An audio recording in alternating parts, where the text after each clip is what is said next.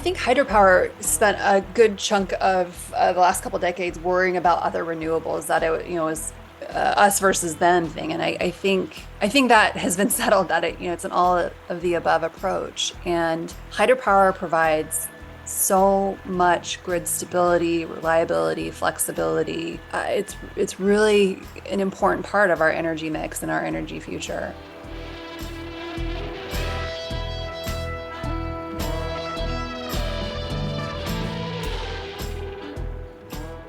Welcome back to DAM, the official podcast of Northwest Hydropower.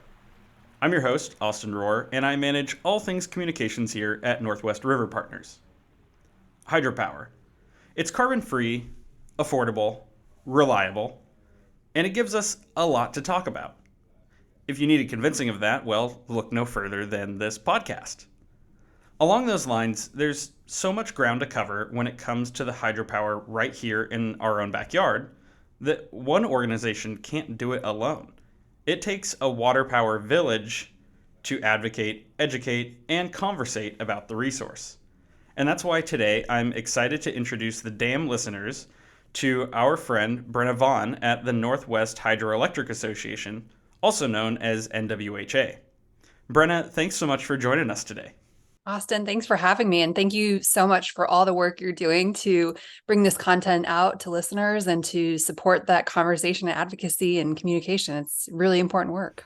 Oh, and likewise, obviously, I mean, there's so much ground to cover, and this podcast is one way that we're able to do it. But there's there's a lot more than just sitting down and talking with folks to be done. So yeah, the work never ends, right? That's for sure. And so for your end of things, I always like to kind of kick off every podcast with just talking about what our guests do and kind of how they got into their position. And so maybe for our folks, could you describe your role with NWHA and then also kind of how your career has led you to be in that position? Sure, absolutely. So I currently serve as the executive director for the Northwest Hydroelectric Association, and I have an interesting path on how I landed in hydropower, although I am a fourth generation hydropower career person, in that my great grandfather was working on the California state water projects, my grandfather on the Utah state water projects, and then my mom was with the Bureau of Reclamation and Western Area Power Administration. I was not interested in hydropower at first, and I ended up starting with a Fortune 100 oil company out of college, and then took a detour through the food industry for about 5 years and realized that I wanted to use my hands for good. And so I started consulting with nonprofits and doing all sorts of different work with different nonprofits in the art space, the education space, advocacy space. And through that, ended up being the grant coordinator for the Hydro Research Foundation, and now called the Hydropower Foundation, and ended up moving into the managing director role within that foundation. And about 5 years ago was approached for the position over at NWHA, and ended up moving from Colorado to Oregon with our family to steward our association and the membership, and do some really important work here in the Northwest. Oh, that's really exciting. And I do want to ask a little bit more about NWHA. I mean, obviously, that'll be a big component of today's conversation, but I also had the Hydropower Foundation kind of brought to my attention through preparing for this podcast. And I really didn't know anything about them. I mean, as terrible as that sounds, being at a hydropower organization myself, but maybe could you kind of fill me in and our listeners in on what that organization was? Yeah, the Hydropower Foundation is a really neat foundation. They were originally founded to funnel government funding to create a fish-friendly turbine. So the Alden fish-friendly turbine actually came out of the Hydropower Foundation.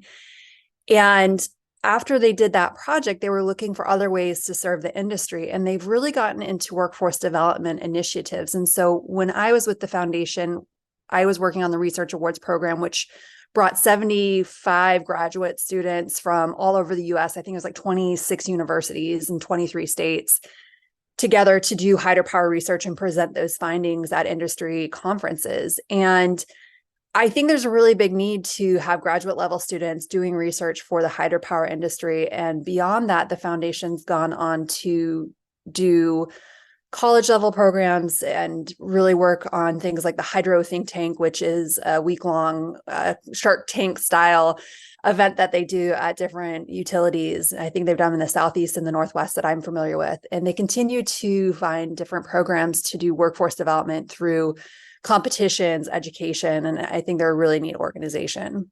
That sounds like an amazing body of work that they have going on there, and I can personally attest to just how. I mean, obviously the results speak for themselves when it comes to the fish friendly turbines, but as far as our communications that we do here and the messages that we're able to share and the stories we can tell, it's like those things are a huge one for us, to be able to tell people that, like, oh yeah, the turbines aren't blending up fish, right? Like, I mean, Such a it's misnomer. amazing.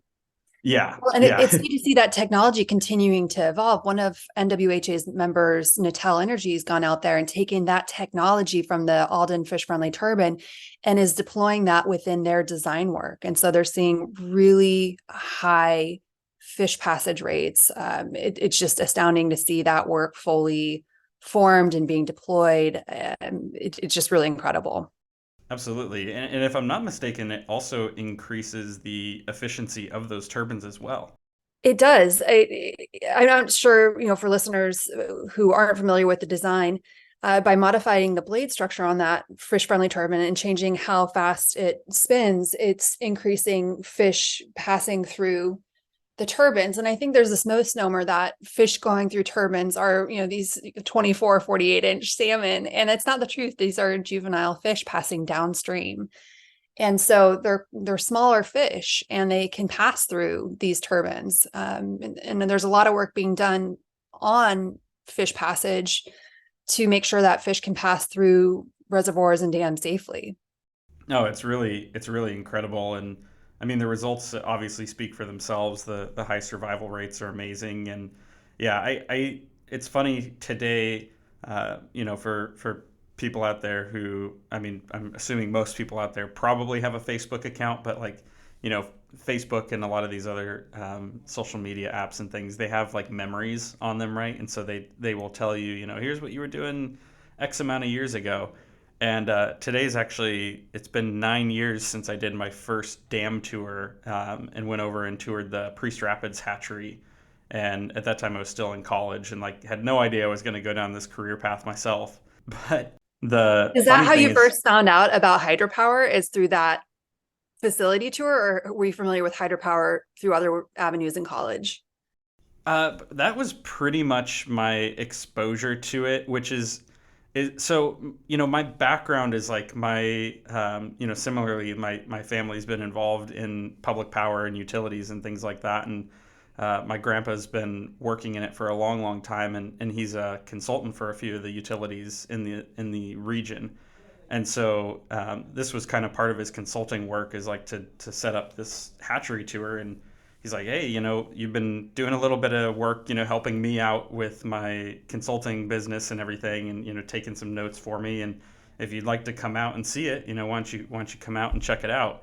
And so, like, I've always I had the awareness, right? But I was also kind of like, I'm not really that interested in it. It's like I I understand what a dam is, but I don't really have like any great awareness. And I went and saw this, and I'm like, why don't we all know about this? Like somebody needs to say something about this. I think that's such a good point that you bring up, that our utility partners really do have a role in getting out there and stewarding people getting to facilities. Because I think once somebody has seen a fish passage facility or a hatchery or stood on the deck at a generation facility, it's hard to not be excited about hydropower. And I think most of our utilities know that, and they're really good at opening the doors so that people can come in and visit and get to understand this technology instead of just thinking of it as an abstract, far away, not in my backyard thing, because they really are in most of our communities here in the Northwest. Absolutely. And I've even, just anecdotally, I had somebody recently who was like, oh yeah, so, with all that, like, can I still go look, like, can I still go like take a tour of one of these places? And I was like, yeah, you can. It's not as easy as I think it used to be. And I don't know, I haven't haven't done one of the kind of like public uh, tours or anything like that. So I don't know what you really get to see with that experience. But yeah, I mean, it's so important to be able to show people that. I think power plants are reimagining what that looks like and how that can happen. What I remember in the past is that Hoover Dam visitors would actually go into the dam.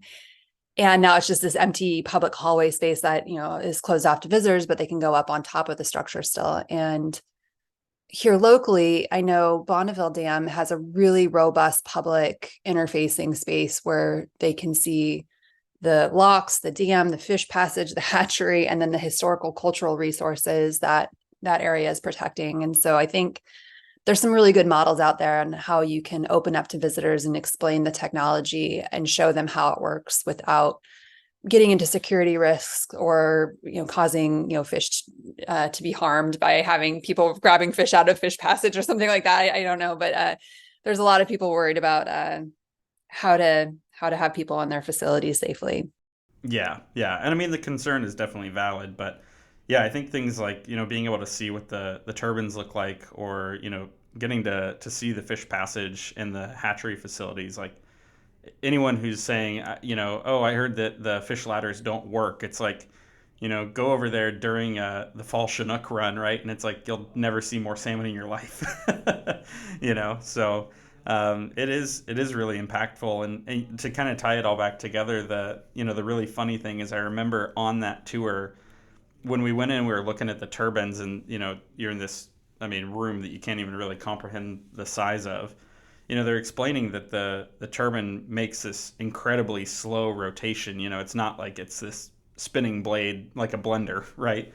But that there used to be commercials, I think maybe in the late '80s or early '90s, that were literally like putting fish into a blender and showing that on TV and being like, this is what hydropower does. Oh, seriously. I don't remember that, but wow, that's definitely one approach. Yeah, I mean, it was before my time as well, but I can imagine it's like if someone saw that even a few decades ago, I mean, that imagery would stick with you, right? I mean, that's really hard to tell people like, no, no, no, the turbines are fish friendly. Right, right. So it's great that we have them, and we have the ability to tell that story and be like, no, whatever whatever sort of fish blending imagery you have stuck in your head is completely not the truth. Yeah, I think today's technology is just leaps and bounds in front. I think you can draw the comparison to say, hey, we're not driving the same cars we were 100 years ago. And same goes for technology and controls and how we think about our environmental flows and how we steward the river basins so that there's safe estuaries for fish now. And there's spaces that are designed to give safe habitats, migration patterns, and really working towards really important environmental stewardship. And I think that is a harder message to sell. It's not as popular in today's media cycle because it's not, crisis and trauma. It's healing and stewarding river basins. And I think that's the message that is so important that I know in your role, you're doing such a great job sharing that message. And I know over at NWHA, we continue to provide those tools to our members to give them resources, data, visuals to tell that story so that we're giving that compelling case that is aligned with the truth. Absolutely. And that kind of gets back to maybe, something I wanted to ask you about, which is, the work that NWHA does, and the things that you're doing and providing. And, I'm really curious, as far as kind of your organization, what kind of work are you focused on primarily, and what does that look like? Yeah, so NWHA has a pretty long history. I think we're in our 43rd or 44th year in the industry. And we were started by a group of folks who were interested in small hydro. So originally we're the Northwest Hydroelectric Association. And then when some larger utilities started joining, we became the Northwest Hydroelectric Association. And our goal in any work that we do is to be timely and relevant for our members. And we want to make sure that we're doing through two components, really the advocacy and education piece, and making sure that we're stewarding the environmental characteristics that shape the Northwest so uniquely. And so I would say I spend my time primarily in two functions. One is the education piece, both externally and internally with our members. And then the other piece is the advocacy and giving facts and insights to folks who are making policies, considering issues, and making sure that we're giving a balanced voice to conversations, which takes up a good chunk of my time as well. So that's really where I spend most of my time. Yeah, and I mean, it's to say that it's a big time commitment would be an understatement. Obviously we can understand over here on our end. As far as the membership themselves, I know that we have a lot of overlap in that kind of area, but could you maybe describe, who the membership of NWHA is and kind of what those folks look like? Yeah, so NWHA represents 130 members. We have members who start from up in Alaska down to California, out to Montana, including Western Canada.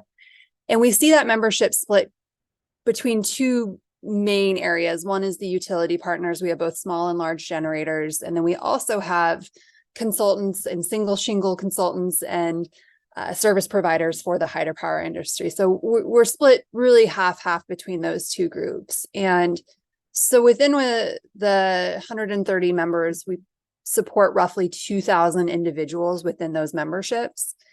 And what's interesting is that we see within our membership that a lot of these utilities consultants belong to many different organizations. And so I know that Northwest River Partners and NWHA share a lot of shared membership. And so I think it's important that we articulate how we complement each other, how we work together, the areas that we collaborate on and the separate areas that we focus on, because I think it's done really well in the region.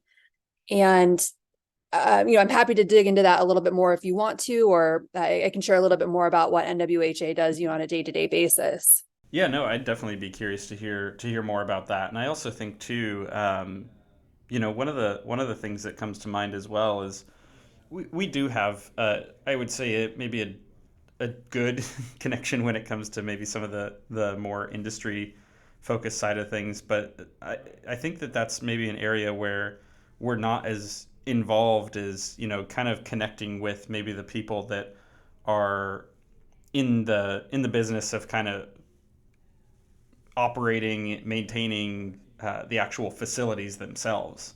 Yeah, and I think that's one space that on the education front within NWHA, we've got 3 unique events that we run a year. Our crown jewel is the annual conference, which is held annually in February. And that's really a potpourri of topics from across the industry. So if you're looking to understand the latest and greatest in any different area, say dam safety, operations, maintenance, legislative, regulatory, policy, this would be a good spot to come to. But to your point on the education about more technical issues, we also foster a technical workshop and hydro operators forum, which is really for our supply chain providers and for our owners. And so the event features an owners only forum where they can discuss near misses, case studies, really dig into some pretty in-depth conversations and problem solve together. And then the other part of that workshop does, I think it's like 12 or 15 case studies on technical issues. And so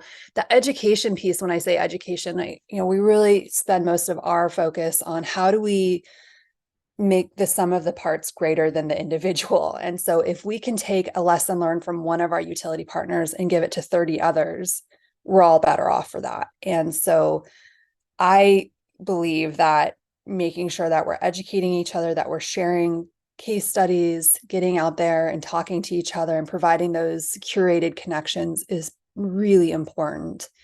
And I see that a lot as our workforce is changing, that we'll have a new employee who's joined a utility and they don't know who their counterpart is at the next regional utility part to the west of them is. And so if we can help say, hey, your counterpart at this utility is so and so, they work in the same stuff you do, they're a great connection for you to get some anecdotal education and have somebody to bounce ideas off of outside of your organization. I think that kind of education is also really important for folks. And I just got off on a tangent, I realized, here as we're talking about education, but The last event that we do is the fall regional workshop, and we typically mix that up between doing natural resources or small hydro or legislative regulatory facing topics, and that kind of rotates out every year for whatever the membership really feels is most important that year to talk about. I think one thing that you said in particular that stands out to me a lot is just the importance of those connections.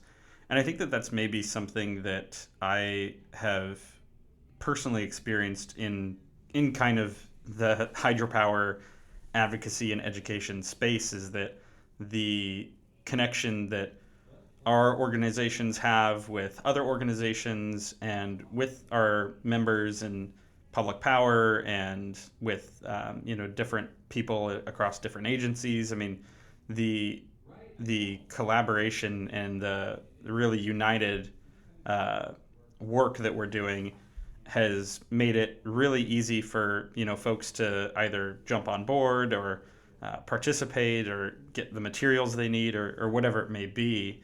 And so in that sense, like I think that a lot of our success has been that we've all worked together really well over these last few years. And I could definitely see where in other areas of the industry, if people aren't connecting, that could really be detrimental to their ability to do a good job. Yeah, I think you touched on a really good point there, and building on that collaboration piece and making those connections. One of the things I'm most proud of was a partnership that we did with Northwest River Partners and the Public Power Council, I think 3 years ago now. And that was the hydropower communications toolkit. And up until this toolkit, there wasn't a shared message strategy. And by strategy, that's probably not the right word for it, but I think a lot of people in our industry didn't know how to talk about hydropower because they didn't know what the latest facts were. Or they weren't sure, myths versus facts. And so by creating this toolkit, we were able to synthesize and make a cohesive message that we're all working from the same talking points. And I think that's really important to provide that type of education out to members too, and to make the spaces to connect and get information out to members and work with them to feel empowered to talk about hydropower. And that's something that I think was pretty novel at the time. And since then, there's been an update to that toolkit to reflect new data and new findings and build on some of the messages that I know Northwest River Partners has been working on. And I think it's adding up. We see how public perception's evolving on hydropower. And I think there's some promising and optimistic views to be held when we talk about how hydropower is being received in our communities. And considering just, I mean, the amount of, I guess, misinformation that is out there about hydropower, and when we run, for example, some of our different social media campaigns and things, the comments that flood in, I read them sometimes and I just kind of shake my head because it's like, I don't even know how to unpack some of the stuff that people are believing and saying about hydropower. And it's really important for us to get those messages out there and make sure that the facts are straight. And our membership is kind of the most important way that we can do that. They have the reach within their communities and they have a really powerful voice, but it's also something I know for myself I have to be reminding myself of, is that they really do rely on us to provide a lot of that messaging and the facts and the guidance, because it's not their job within their respective organizations to be hydropower experts. I mean, that's why we have River Partners and NWHA and so on. Yeah, I think it's easy. It's the easier thing to do to say, oh, somebody else will respond or somebody else will take this issue on. And I think by having this toolkit, it's easier to say, well, that if you read one of those myths and that feed that you're talking about, it's more empowering to be able to go to this toolkit and say, okay, I know this fact has been vetted. It's by several organizations. and you can offer a counterpoint. And now, whether that's heard or not, people who are entrenched in their thinking and out there just spouting off behind a keyboard, that's really tough to combat. I think the more effective thing is that in each of our neighborhoods, we are neighbors to other people, and to be able to talk about it and say, hey, I work in clean energy, I work in hydropower, come visit a facility with me, or, like, let me tell you about why it's so important. And those individual conversations, I think, stack up to a more positive outcome than maybe social media. But I'm sure you've got better facts on that than I do. Well, yeah, I mean, that's, at the end of the day, right? It's social media is social media.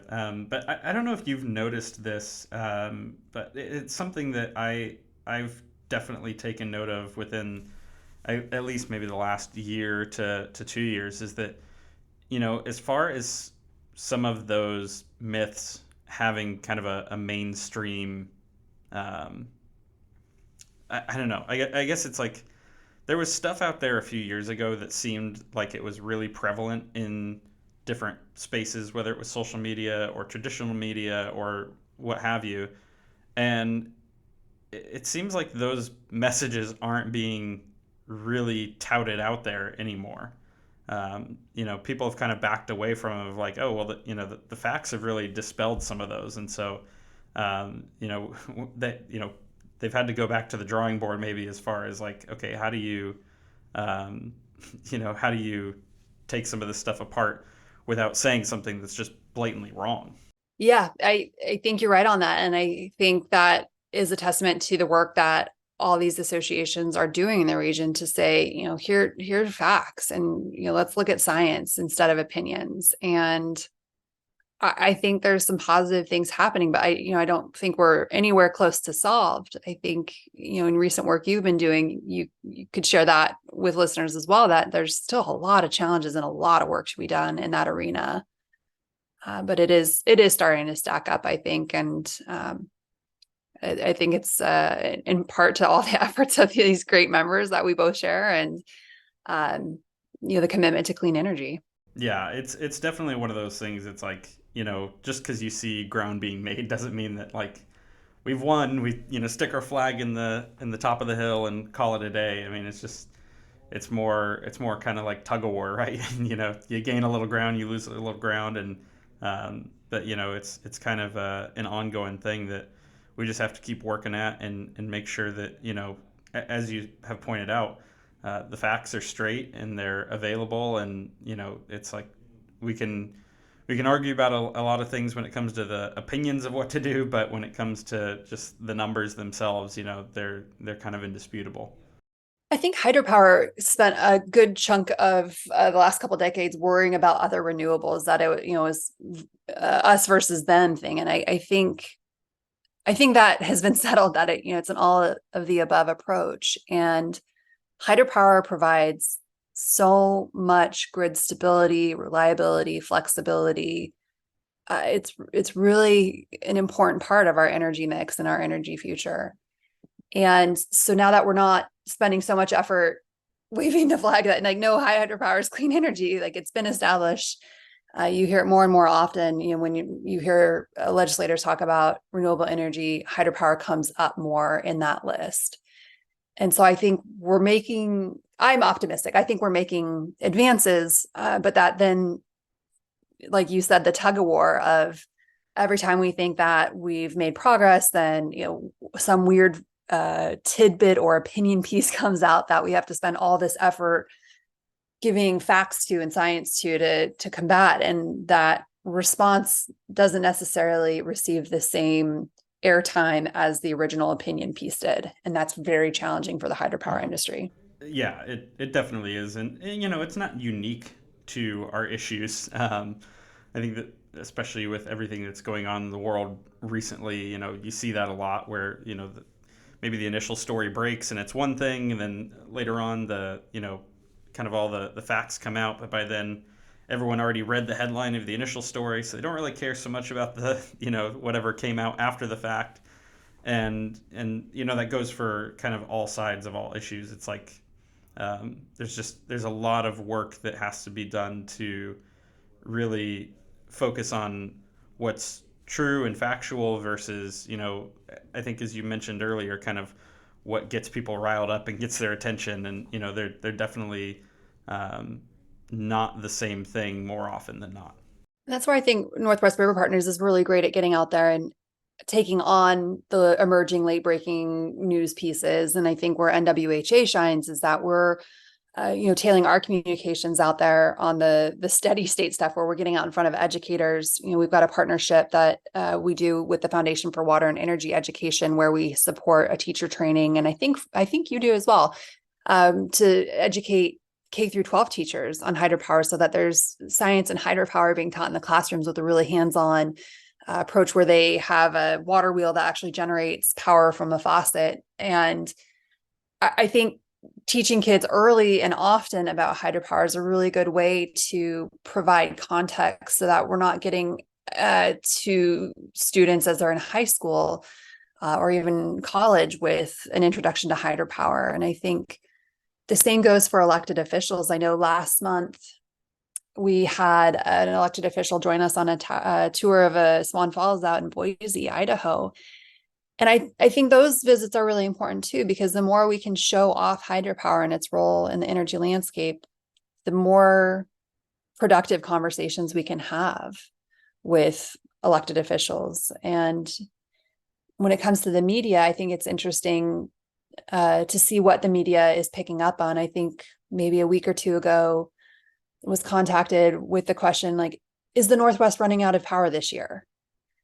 And it's like, you have to kind of laugh a little bit. You're like, what, this is the conversation we're having? Like, and where do you dig in and be like, okay, let's talk about the energy imbalance market. Let's talk about flexibility. Let's talk about the different resources in our mix here in the Northwest. It's really an uphill challenge to educate some of the media as they're rotating in and out of the energy desk so quickly at a lot of these publications. No, it is, and I'll just say real quickly, just kind of on a funny note, we sent out a big release this week. I'm sure there's a fair amount of people that have seen that, and yeah, the amount of bounce backs from the kind of people in the media space was like, oh my gosh, like that's a lot of names, and a lot of names that I recognize that apparently have moved on or are doing something different. So it's And same crazy. with elected It's crazy. officials, right? I think that, it seems like, oh, we've got out there, we educated all of our elected officials, and then they all switch every 2 years. And so it's just a constant opportunity to educate about hydropower. And that's why on our website, we try to keep resources out there so that we have something to point to say, hey, it looks like you're new here. Here are 5 great resources to help orient you in this space. And please follow up with us for questions, to get a tour set up, and let us know how we can help you. And I think that's been a really helpful conversation to have with elected officials and also with teachers. And that's why on our website, we have the 4 spaces for resources. We've got the communities, elected officials, educators, and media. And I think that's 4 separate audiences that we interact with around NWHA. And yeah, you can't treat them all the same, right? Yeah. Give a policy piece to an educator. Here, thank you so much. Right, right. And you did mention, well, first of all, I'll just touch on real quickly. You mentioned your partnership with the Foundation for Water Education, and why can't I think of the other E? Oh my goodness, you just said it Foundation too. for Water and Energy Education. Yes, there we go. Um, but yeah, FWE is fantastic, and if anyone is listening from FWE, we'd love to have you on too. But the that'd be great. Yeah. Yeah, their work is great, and they've been great partners, and also if anyone's in the education space that is listening, make sure to look them up, because they do a lot of great work. And it's not kind of all there. I think there's a lot of give and take in their work, from what I understand. If there's programs that maybe could benefit educators in certain ways, they're able to put those things together. And so yeah, a lot of great opportunities there. But and I add on one thing, just to, as we're getting resources out to our listeners, oh I yeah, think yeah, there's yeah. some really cool stuff happening right now. In addition to what we just covered with they've got a lot of activity books. So that's great for teachers, but they're also putting the finishing touches on a gaming app, which I think is going to be really neat to see that take fully shape. I'm not sure the name of it, but to have an interactive space where students can learn about the water life cycle, how it gets turned into energy, and then they can actually, I believe, develop a city and figure out how to power that city, if I understood it correctly. So I think that's a great tool. Another one that DOE, or I think through NREL, did was Ready Island. And that was a really neat tool to go and see the different types of hydropower, because unlike other renewables, there's not just one type of hydropower. And of course, you know that, but having Ready Island out there where people can see the difference between a tidal project and a run a river and a pump storage project and what they look like and how they operate in a really tactile, visual way that looks very realistic, I think is really cool. So there's some really neat resources out there for educators and certainly community members who want to learn more about hydropower. The Ready Island, I think it's REDI, is a really neat resource as well. Oh, that's amazing. Yeah, yeah. If anyone's listening that would be in any way applicable to, make sure to jump on that. Yeah, absolutely. So the thing that I really wanted to ask you, you brought up kind of, maybe some different ways that we're messaging and, coming from one hydropower organization and speaking to another, where would you say some of the bigger differences are between our organizations, and then also maybe where do you see some overlap there? Yeah, it's interesting. So coming into this role 5 years ago, I didn't have a good appreciation for how many organizations are out there working in the energy space and in the hydropower space. And so I think although there's overlap, that we both involve things like communications and a lot of shared memberships, we also have different audiences. And so um, I think NWHA provides a laser focus on internal education and communication. And so the vast majority of what we do is to educate our members and to collectively become stronger practitioners of hydropower. And so I think that differs from Northwest River Partners in that a lot of your work is external facing and educating and using the data analytics to make sure that we're steering our public policy and our responses and our media campaigns towards the right audiences. And I think that's really novel and really needed, and that they complement each other. And so one of the strengths here in the region is that with what is it, 80% of hydropower here in the Northwest, we've got a lot of groups and associations out there, I think, doing complementary work. And so although NWHA spends our time working primarily on state facing issues, so we like to respond to things going on in our membership states that we think could help our members. But then a lot of the federal legislation, policy, regulations do affect our membership. And that's where we're able to coordinate with other associations like the National Hydropower Association to make sure that we've got a really strong collective voice. And so although they're the national association, again, there's a lot of overlap between those members. And so we want to make sure that we're providing added value to each other's organization. And I've got an abundance mentality that I truly think that we need these different groups doing different activities, and that there's a really good harmony right now between those associations and those advocacy groups, that although there could be the perception that there's a lot of overlap, I don't see it from my desk. For example, for NHA, if there's a state issue, NHA will say, how do we help you? What do you need? And the same goes when there's a regulation or a rulemaking coming out. We'll say, what case studies do you need? How do you need support from our legislative regulatory affairs committee? And so there's a lot of harmony, which I'm really proud of. It is. I mean, the partnerships are really great there, and as you mentioned, I mean, there's just kind of like no end to the work, right? So, it takes all of us to kind of cover all this different ground, and even then, I think we all probably feel like there's so much that we want to cover and we can't, and we just don't have the time or the hours to do it. One thing that you brought up is kind of the relationship that you have with NHA, and Malcolm is actually, he's been another guest here on the podcast, and I was just kind of curious, could you talk about maybe how NWHA is partnered with NHA to kind of accomplish some different goals there and be complementary to each other? Yeah, I think to my earlier point, I think that there's a really good synergy between NHA. It's been really fun to work with Malcolm, and he set a really high bar as a podcast guest. I listened to his episode. So I think we're lucky to have NHA serving the hydropower energy space. But I think, specifically working with Malcolm, he's brought some really interesting perspectives and ideas and a really fresh set of ideas to NHA. And so our timing was really good in that I stepped into my role fresh. He stepped into his role new as well. And so there were a lot of opportunities to grow and build off of each other. And so I think it's going to continue to be a really good relationship there. I think that where we most often are able to complement each other is on rulemakings. Like there was recent NEPA rulemaking happening, and we were able to coordinate on comments together and to have each other's committees review the comments and make sure that we were getting some really good case studies, because very often when we see rulemakings, they affect the Northwest so much more than they might affect maybe NHA's other regions.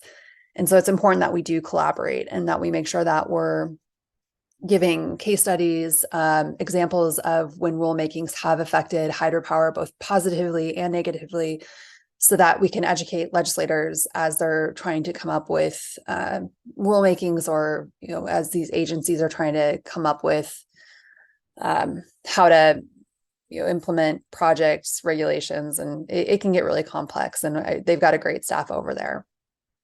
And I will just say, I mean, as far as our work goes here, definitely have noticed in covering those different things, whether, it's posting on social media or, sharing the news or whatever. I mean, there's been a lot of wins on the policy front when it comes to that stuff.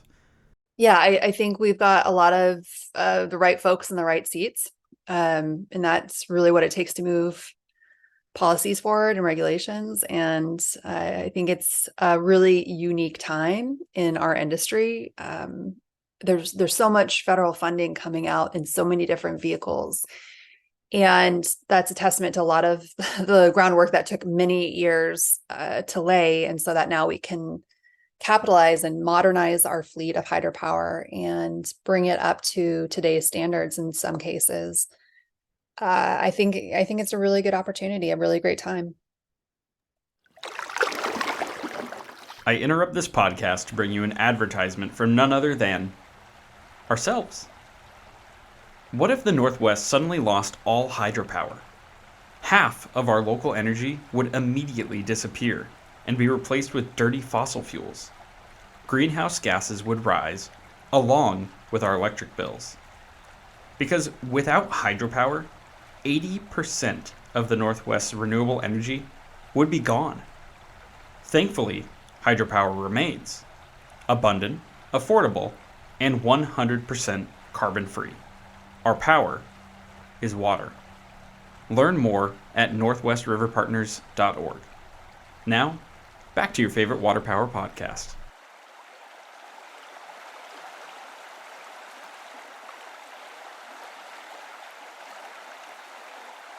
As you also mentioned too, the other thing that's interesting there is that as far as sort of how those policies affect the Northwest uniquely, people maybe aren't aware or don't realize, or maybe it's just not something that really gets brought up a lot, is that we are very unique in the Northwest in having as much hydropower as we do and relying on it. And, obviously we tout the benefits and it's a great resource, but as far as kind of, the overall energy mix for the entire nation, I mean, hydropower in other places maybe isn't doing the same lift that it is here. So when it comes to how we're impacted, I mean, it's definitely worth pointing out that, anything hydropower related is going to have a much bigger swing one way or the other when it comes to kind of what's going on here in the Northwest. Yeah, I think that it's true with 80% being in the Northwest. I think also that we've got more endangered species listed. We have an abundance of tribes, First Nations within our membership territory. that we increasingly collaborate with. And so a lot of the policies and regulations, continue to affect us. Disproportionately is not the right word for it, but we certainly, with so much hydropower being in the Northwest, can be impacted much more greatly, both positively and negatively, by legislation. Definitely, definitely.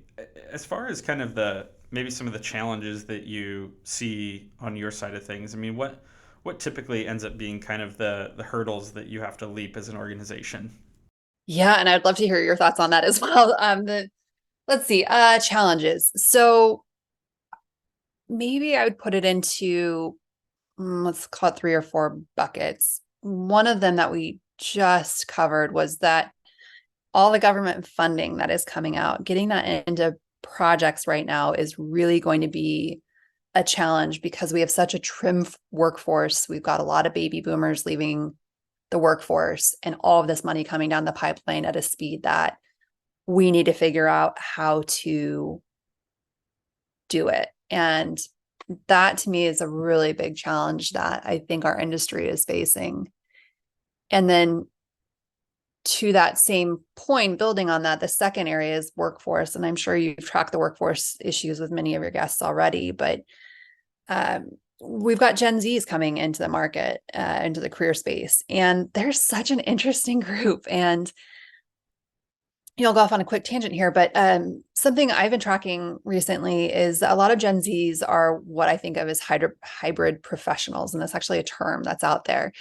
And it's this idea that an employee brings so many hats into one role, but they get cast into this box of being like the director of marketing or engineering designer, where in fact they're collaborators and content creators. They can do managing of leadership programming or develop software tools in their design career.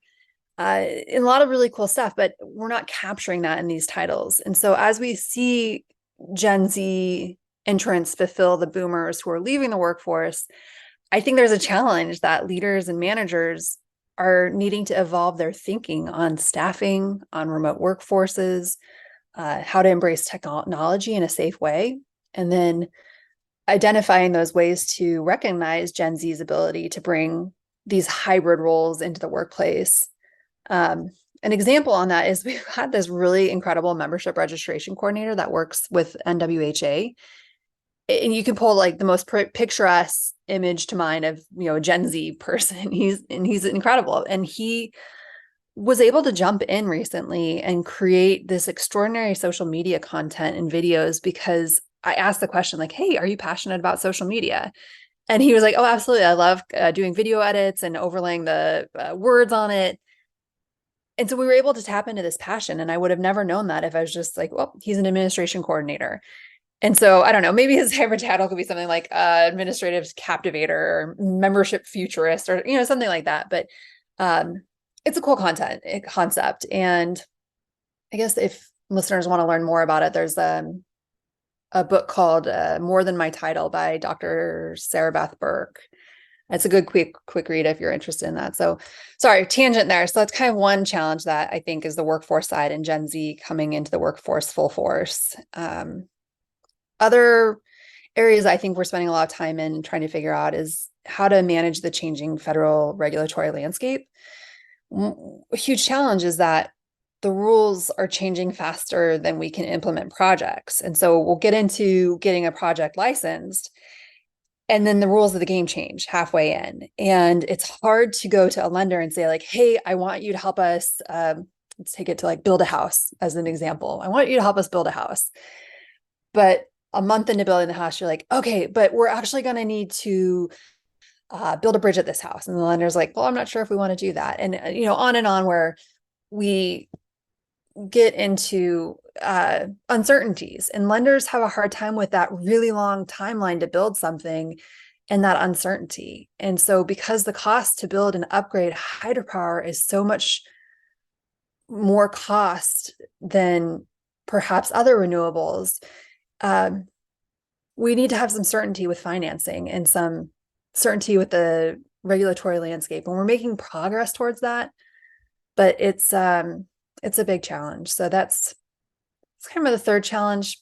Maybe a fourth one is uh, as our climate's changing, it affects our membership territory very differently across, from Alaska down to California. Those are different issues that we're going to be seeing. The volume of water is going to change, the timing of that water and that rain and precipitation is going to change. And that's going to affect our membership really differently. So those are kind of the four I see on my day-to-day basis. And I don't know, like, what would you add onto that list, Austin? I mean, I think I would probably start kind of at the end of your list because I think that there's definitely an overlap there, which is that, you know, so many people are hearing more about the climate changing, and they are seeing in maybe other parts of the country, say like the desert Southwest, that the hydropower systems are being impacted by that because the the reservoirs are drying up and things like that, which is also interesting. Just as a quick tangent, but this last year, as maybe regular listeners of the podcast would know, I did some travel down to California, and as we know, they got like absolutely hammered with rain and precipitation over the last kind of winter coming into spring. And so it's kind of the opposite thing there, where they actually had a ton more water than they've had in years in their hydropower reservoirs. But those stories didn't really make as much news as, say, like this is the hydropower reservoir here is drying up, and the marinas are completely on the beach, and everything's apocalyptic, right? I mean, that's what people want to sell. And then people see that, they see that climate change is expected to impact our area, and it's obviously a broad sweeping thing that's not localized to any one area. And when you look at that, you would say, well, hydropower in the Northwest is obviously, I mean, it's going to dry up. It's not going to work anymore. What are we going to do? And that's been a big thing that we've had to fight, as far as kind of, maybe a myth there of like, actually, we're probably not going to have to worry about, the rivers running dry here. We might have to worry about the snowpack and the timing of it, but we're not going to see, everything just come to a complete halt and, all of our water dry up. And it is also interesting too, just on that note as well. I recently did the booth for us, which we've done every year at Riverfest out in the Tri Cities, and some people came up to me there, and they're like, "Yeah, we've lived here since before they put those dams in, and we remember how low the water used to get in the summer when there was no when there was no dams holding back any water." And the conversation we had is kind of like, it's funny that on the one hand, it's like, well, we're really concerned about drought and the river drying up and there being no hydropower. And then also, that somehow turns into like justification for removing the dams. But then if you remove the dams, then you have no ability to store the water at all. So that, it's kind of interesting, we're up against all of that at the same time. And I think that that's at least one of the bigger challenges that we face right now. Yeah, and when you talked about California, I think that the news headlines didn't line up. I mean, the headline should have been like, hydropower saves California from 3 years of drought. Because we had those reservoirs, we were able to draw them down and to support communities. And that wasn't the conversation. And hydropower really was an unsung hero down in California for many years. And to your point, up in Washington, as we get further north into our membership territory, I think that we're going to see hydropower play a much larger role in temperature control and providing safe estuaries for these sensitive species that are migrating. And it provides a big opportunity as oceans warm up and acidity is an issue, that we've got opportunities. And I think that needs to be the story, is how we're helping. Yeah, I mean, it's incredibly important. It's also, it's one of those things that's hard to communicate because it's very nuanced. It takes a lot of explanation. It's not an easy thing that you can pitch, in 30 seconds, or, a one liner or anything like that. But, I think that that's kind of broader, speaking to the challenge that we have, which is that in trying to advocate and educate, it's always a challenge to find a quick way to get the message across and to tell it effectively. And that's something that I think that we work really hard on as well. And then, I think that, within that, it's like we see so much of the polarization that has happened. And in some ways, it's like we've made so much progress these last few years with the work that we've been doing. But then on the other hand, you do see that like the people that are firmly in one camp or firmly in the other camp are, you know, pushing more to sort of the extreme ends of it, and they're just not willing to budge or work together or negotiate. And that's really hard for us as, the group that is trying to find collaborative solutions on a lot of these problems. It's like, how do you do that when you just can't reach certain people, or, you find that, even, and I'll say this just to be fair, it's like even on the pro hydropower side, there are maybe, people out there within that community that are so pro hydropower that it's like they're not willing to acknowledge any of the negatives at all. And that doesn't really help forward the conversation that we need to be able to have in order to collaborate. I remember my mom saying to me when I was much younger and she was in the hydropower space, she said, there's no perfect energy solution.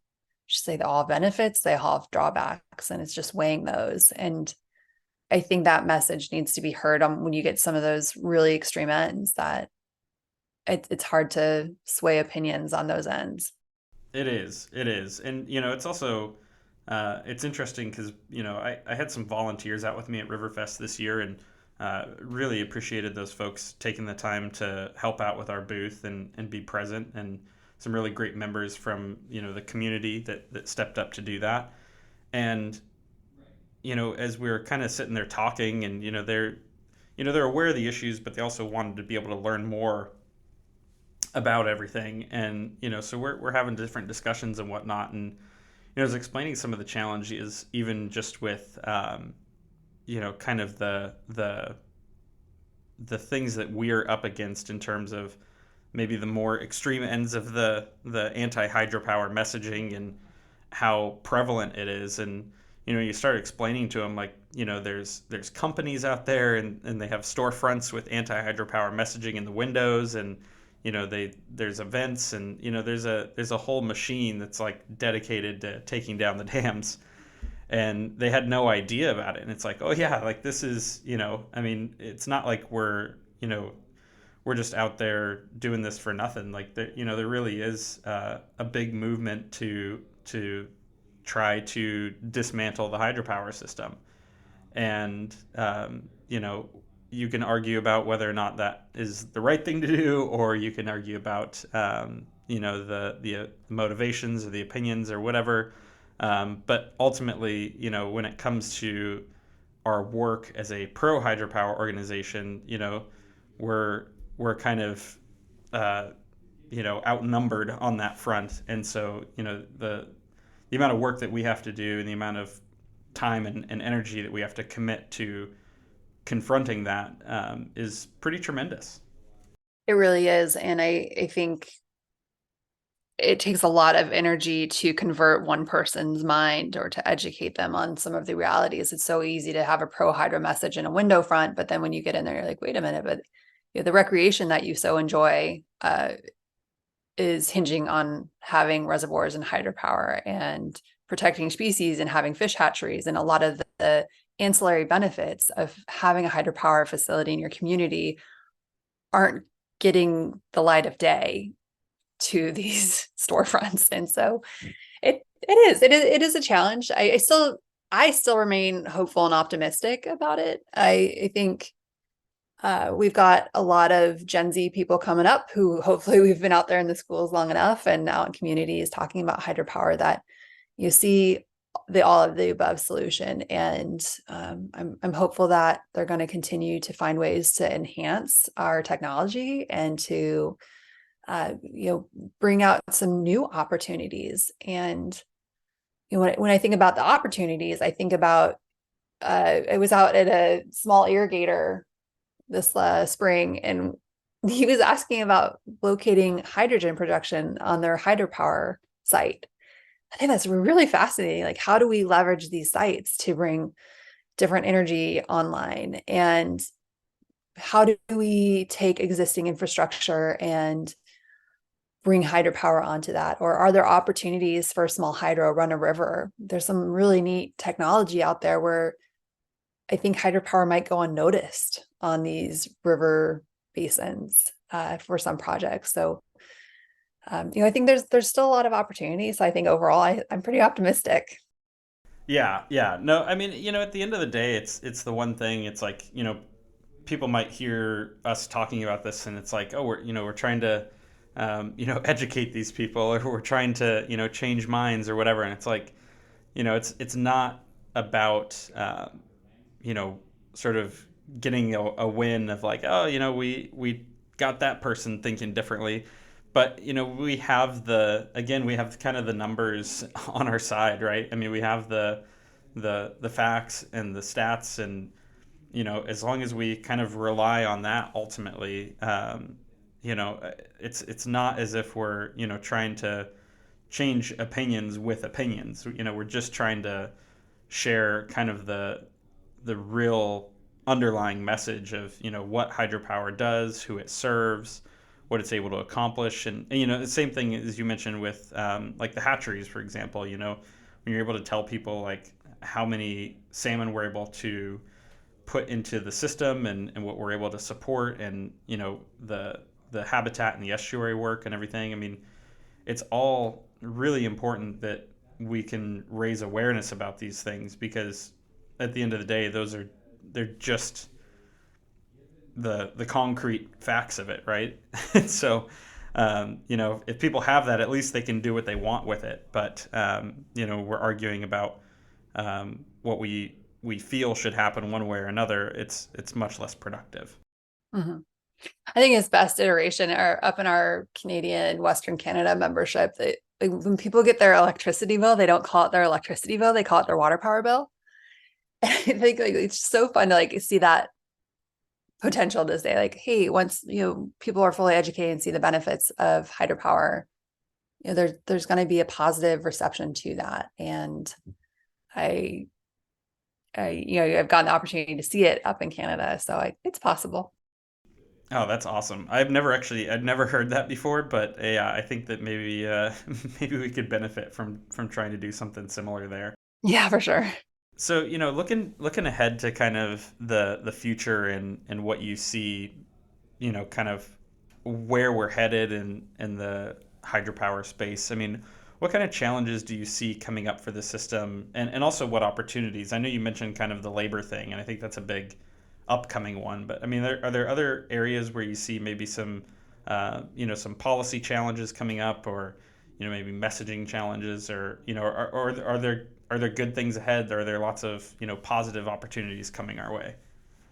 Yeah, I think in terms of challenges, I think there's still a lot of work to be done on parity among renewables. And I think having the same tax credits as other renewable energies is really important. And so I think that's one of the challenges I didn't touch on already. So from the federal side, I think there's an opportunity there to bring that parity and some certainty into markets, and to encourage the federal government to provide some financial certainty to some of these lenders who want to see clean energy brought into the community, but they're also not sure of it. How much is going to change in the 7 years that it takes to get a project licensed, and then the construction timeline. These long timelines are really an impingement to clean energy.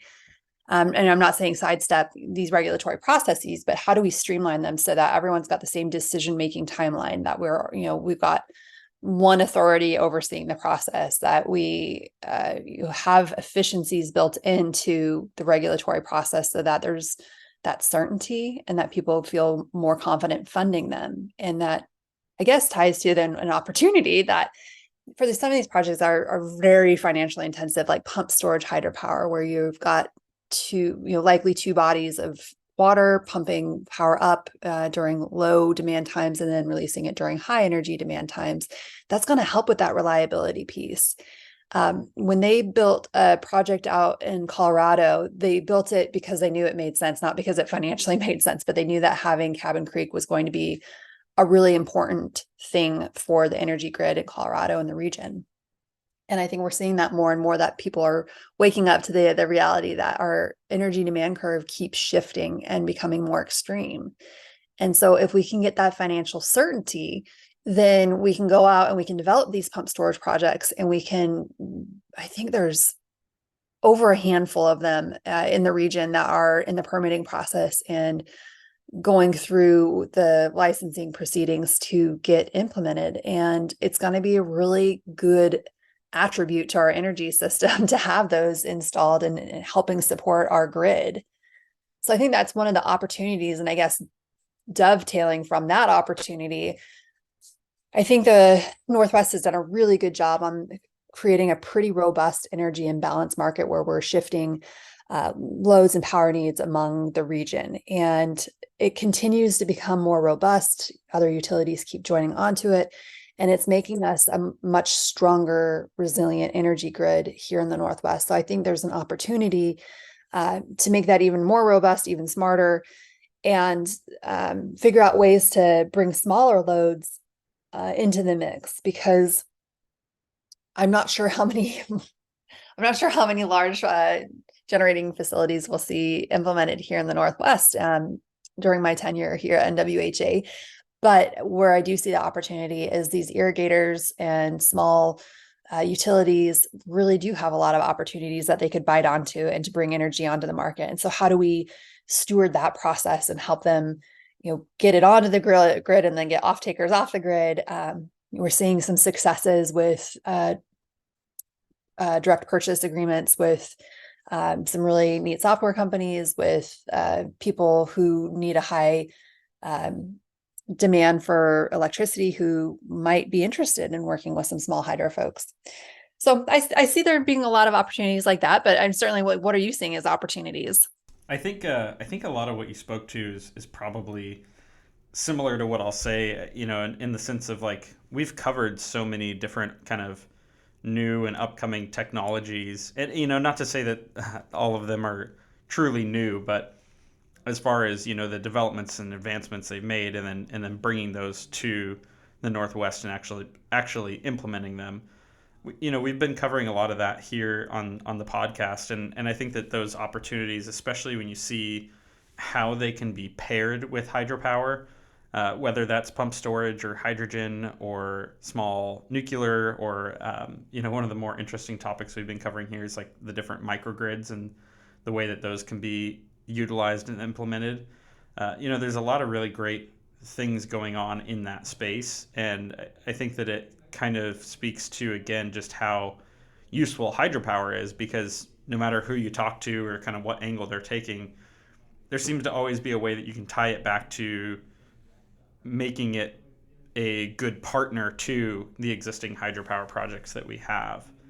As far as kind of the other opportunities that are out there, the policy advancements that you've touched on, as far as kind of getting on maybe more equal footing with other renewables and getting more kind of, whether it's funding or just even recognition within some of our energy policies, to put hydropower on, I think, the pedestal that it deserves to be on.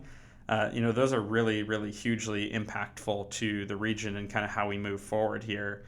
And then, I think in some ways the challenges are kind of in that similar space of like making sure that the hydropower policies are leaning in the right direction, because there is also sometimes work that's being done out there to kind of see the opposite happen, of like how can you kind of take hydropower down a rung and make it more difficult or more expensive to operate, or doing things that are kind of negative to the system. So the challenge is making sure that we don't allow that to happen, and that we're able to educate the policymakers on why hydropower should receive support. And then also I think both a big opportunity and challenge is doing the groundwork to get more people in the public involved, and to have them participating in those processes because, as I'm sure you know, there's only so much work that an organization can accomplish when it comes to making up ground on public policy. And really, the people that they want to hear from and the people that they want to make sure that they're representing the interests of are the actual members of the communities that they represent. And so being able to bring those people up to speed and have them involved in the processes and make them more active participants in the decisions that are being made on hydropower, I think is really important. And it's not easy work, but I also think that there's so much opportunity there that, if we can accomplish it and make it happen, then we can make some really significant strides in kind of seeing those things come to light quicker and speed up the the the rate at which we're able to kind of make some of these things happen. Mm-hmm. I think those are all really good points that you just shared. And on that note, I also want to ask you for people that are going to be listening to this podcast, if someone wanted to support the work that NWHA is doing, are there ways that they can get involved? That's a really good question. I think it's a unique time for the hydropower workforce. I guess I would spin that question to say, how can NWHA support the work of our members? We're grassroots, and that means that everything we do is member funded, and our members pick everything we work on and fund through our dues and our events that we put on. So at the end of the day, we're really measured on being timely and relevant to our members. If that lands with any listener or they would like to find out more about NWHA, I'd be happy to connect with them and point them either towards resources that we've discussed today on the podcast, or talk to them a little bit about how they can plug into some of the educational resources that NWHA works with and events that we handle, so that we can just add value to the hydropower industry. I figure everyone who's working in the hydropower industry is a friend of mine. So as many want to come and join us are certainly welcome. That sounds great. And, I think one other thing too that is worth bringing up is, a lot of times when people ask how they can get involved with our organization, I always say, if you're within any of these public utilities that are one of our members, the best place to start is kind of at your own public utility within your community, because that's where you can learn about opportunities to get involved there, whether it's through work or, maybe some different programs or volunteer opportunities, whatever it may be. I mean, that's kind of, where everything starts, is at that community level with the different public power members that we have out there.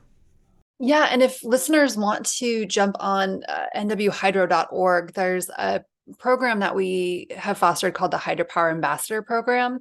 And there was a training on how to approach a classroom or a teacher to go in and engage with your community. And I think schools are a great way to do that. And so if listeners are looking for a way to get involved at their utility, sharing this resource within their employer workforce, like that would just be icing on the cake for me, to have folks out there feeling empowered to approach teachers and get into classrooms. And there's resources out there to take into classrooms, and it's a neat little tool. And if they'd like to get more involved, we've partnered with the Bonneville Environmental Foundation to create that content. So it's a pretty neat resource.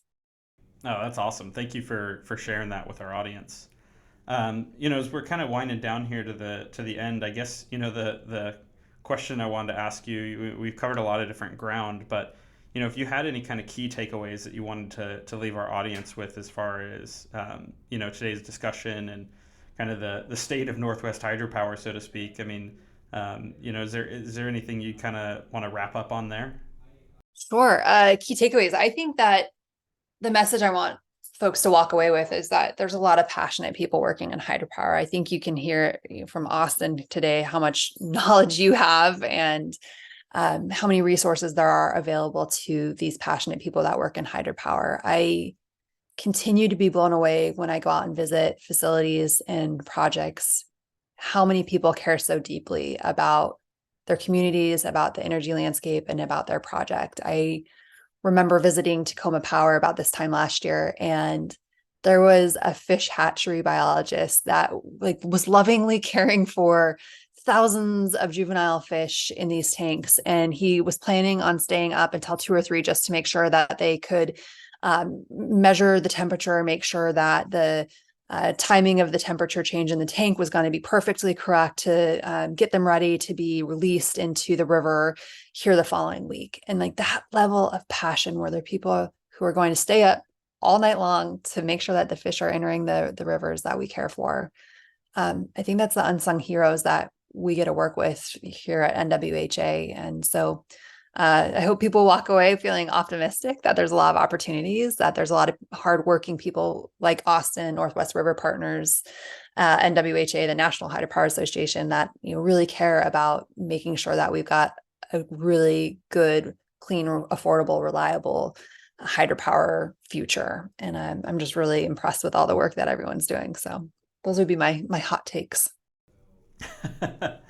I appreciate that, and I'll just say too that as far as the unsung heroes go, that's so much of what we've tried to do here with the podcast, is just tell as many of the different stories of kind of the unsung heroes of public power as we can. And something else that we like to do here on the podcast, and it's kind of how we like to close out. I think I've mentioned, or you mentioned, that you have listened to at least the Malcolm episode of the podcast, correct? Yeah. All right, so you may know what's coming, because I throw everyone on the spot for this, and some people love it, and some people are like, God, you really should have warned me. And I'm like, yeah, but that takes away from the genuine spirit of asking it. But the way I like to close out all these podcasts is just to end on a more personal note with our guests, and give them the opportunity to kind of speak from the heart, and just tell us a little bit about what makes them them.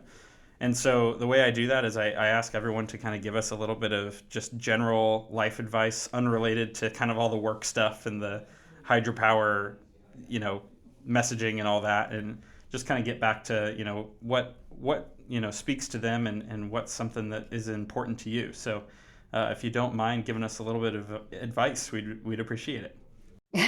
I guess I got lucky that I got to listen. I didn't know that was an every guest thing though. So still off guard, I guess.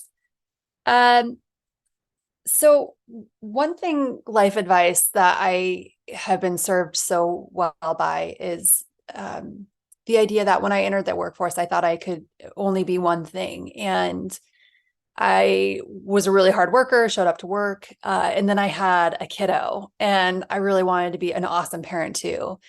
And I was keeping those distinctly separate. So I can remember having a newborn while working at the Hydropower Foundation, and like trying to like not make a big deal of it. Like, there's this child, but try not to worry about it.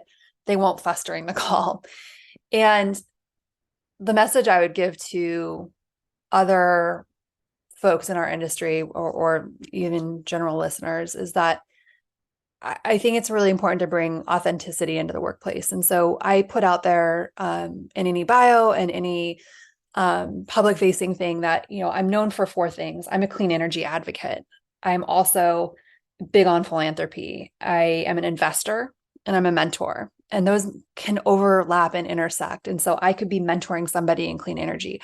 I can be investing my time and energy into philanthropy. I can be doing philanthropy for clean energy, or I can be investing my resources for leaving a legacy for my family. And that the more I can bring of each of those 4 things that I pride myself in, the better off I am for all. And so that would be the biggest piece of advice, is to choose, what you want to be known for, and to keep touching back to that mission statement, or those core beliefs that you have, because that really does dictate where I spend my time. That if it doesn't align with being an investor, a mentor, a philanthropist, or a clean energy advocate, then I probably won't spend my time doing it. And the other thing is to keep learning. I read one book for my brain every couple of weeks, just to keep learning and to keep growing and expanding. And it doesn't have to be all hydropower related. I love learning about mindset, about leadership, about how to raise good children. And those tools help me in all the roles that I serve. So I hope people will keep stretching their minds and keep improving themselves. And that's, I think, why I've been able to do such cool stuff in my life, is by really digging deep and keep stretching. Well, I've always heard, for example, when it comes to like communications, it's like you can't write about what you don't know. And so in our line of work and in our space particularly, it's like you really, as you mentioned, it's like you have to keep learning in order to be effective at what we do. And so, yeah, I think that's a great piece of advice. And then also too, I'll just say the authenticity piece. I mean, it's so important in the work we do, and I think that that's something that's also really special about kind of public power as a whole is you don't run into a lot of places where there isn't just like overflowing authenticity, and that's a really special thing that we have. That's so true. There's a lot of authenticity in our workforce, and it does feel like a family. I always joke that NWHA is like the hydropower family reunion, because I truly feel like that's where folks come to check in with each other, hear how the kids are growing up, how the projects are going, and offer support to each other. And I think that's where we see a lot of the authenticity shine through, at least from my desk. I can completely relate to that, and it's just something truly special. So, well, thank you on that. On that note, it's a really positive note to end on, and I really appreciate your time today, and really glad that we're both able to be part of this bigger public power and hydropower family, and get to kind of share all the awesome benefits of being a part of that. So. Yeah, really excited that our listeners get to hear a little bit more about what you guys are doing over there. Yeah, well, thank you, and thanks for the conversation today. It's really been fun. Appreciate it.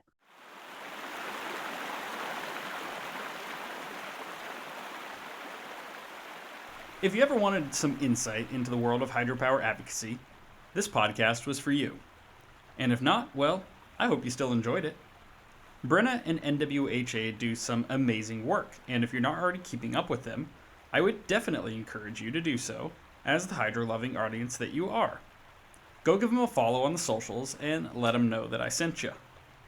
Hey, speaking of socials, you should follow ours too. At NW River Partners will help you track us down on the Facebooks, the Instagrams, the X's, the YouTubes, and the LinkedIns. As always, you can also just get in direct contact with us at nwriverpartners.org. Just fill out the contact form with a few words, maybe what you think about the podcast or what you'd like to hear in future episodes, and bam, you're done. You can also send emails directly to info@nwriverpartners.org. Last, but certainly not least, please kindly leave us a 5-star review on your favorite listening platform. The thing that you're using right now? And don't forget to turn on notifications so you don't miss future episodes, which arrive every other Friday. Now that you're feeling inspired to join the hydropower movement, get out there and go spread the good word for us. And until next time, see ya.